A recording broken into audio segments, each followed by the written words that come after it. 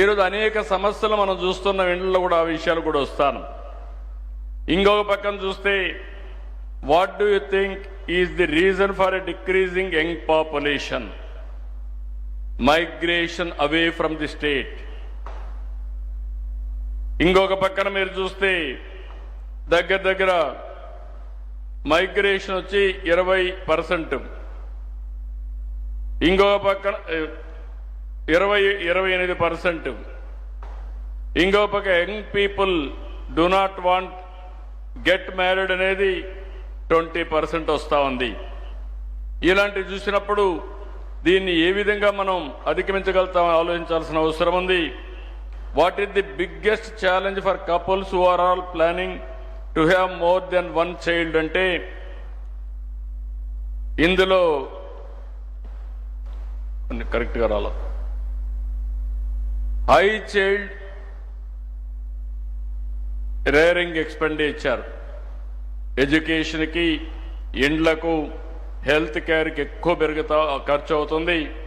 కాబట్టి మేము భరించలేమని చెప్పేవాళ్ళు హైయెస్ట్ 418 మంది వచ్చారు. నో స్టేబుల్ ఇన్కమ్ ఆర్ ఉద్యోగం ఏదైనా కానీ 337.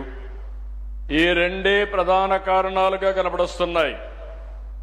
ఈ రెండు ప్రధాన కారణాలైనప్పుడు దీన్ని అధిగమించాలంటే inclusive growth rate, better living standards తప్ప వేరే మార్గం లేదు. What kind of support do elder people need the most అంటే ఈరోజు ఇక్కడ చూసినప్పుడు easy access to nearby hospitals or doctors 44%, regular pension without delay 33.95. మిగిలిన రీజన్స్ అన్ని చిన్నవన్నీ ఉన్నాయి. Do you think children grow up better in a joint family setup అన్నప్పుడు 68% yes అంటున్నారు. ఇంకొక పక్క సమ్ టైమ్స్ అనేవాళ్ళు 24% ఉన్నారు. న్యూక్లియర్ ఫ్యామిలీస్ అనేవాళ్ళు ఓన్లీ 6.54. సామాజిక మార్పుల వల్ల ఈరోజు మనందరం కూడా ఆర్థిక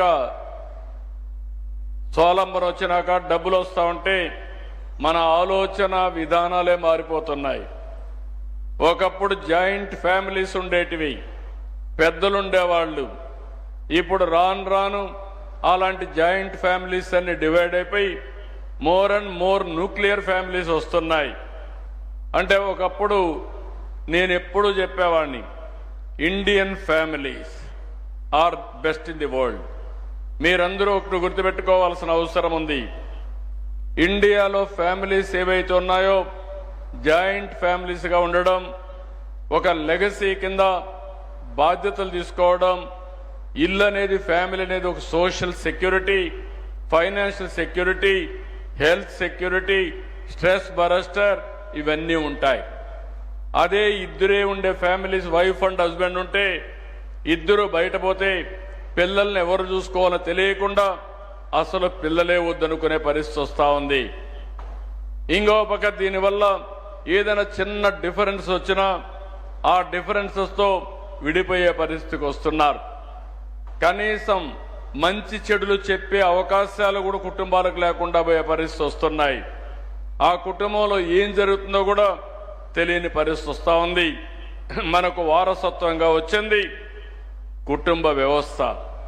ఆ కుటుంబ వ్యవస్థ, జాయింట్ ఫ్యామిలీ వ్యవస్థను కాపాడుకునే బాధ్యత మనందరిపైన ఉందని చెప్పి కూడా నేను మీకు తెలియజేస్తున్నా.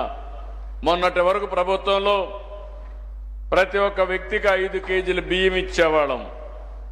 5 మంది ఉంటే 25 కేజీలు ఇస్తాం.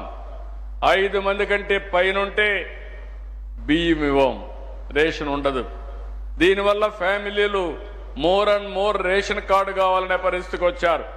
నేను మా ఫైనాన్స్ సెక్రటరీ చెప్పాను, మనం కొత్త విధానాన్ని ఆలోచించాలి.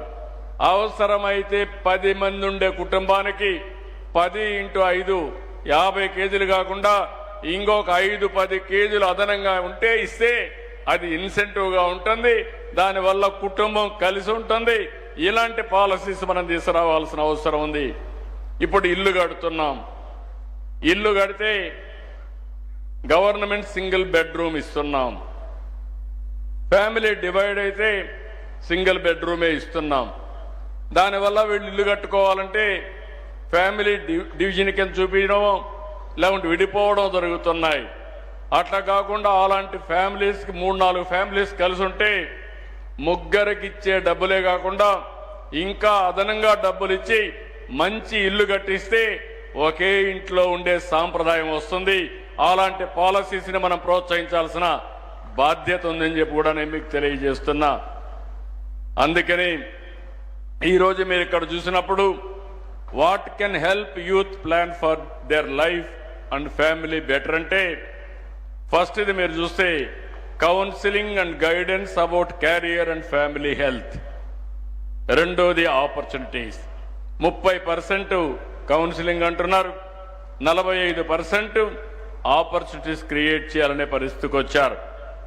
అదే సమయంలో ఇంకొక పక్కన మీరు చూస్తే how can the government support seeking women to take care of both work and family అంటే లాంగర్ మెటర్నిటీ లీవ్ కావాలంటే 93, work from home 273, flexible working hours 339.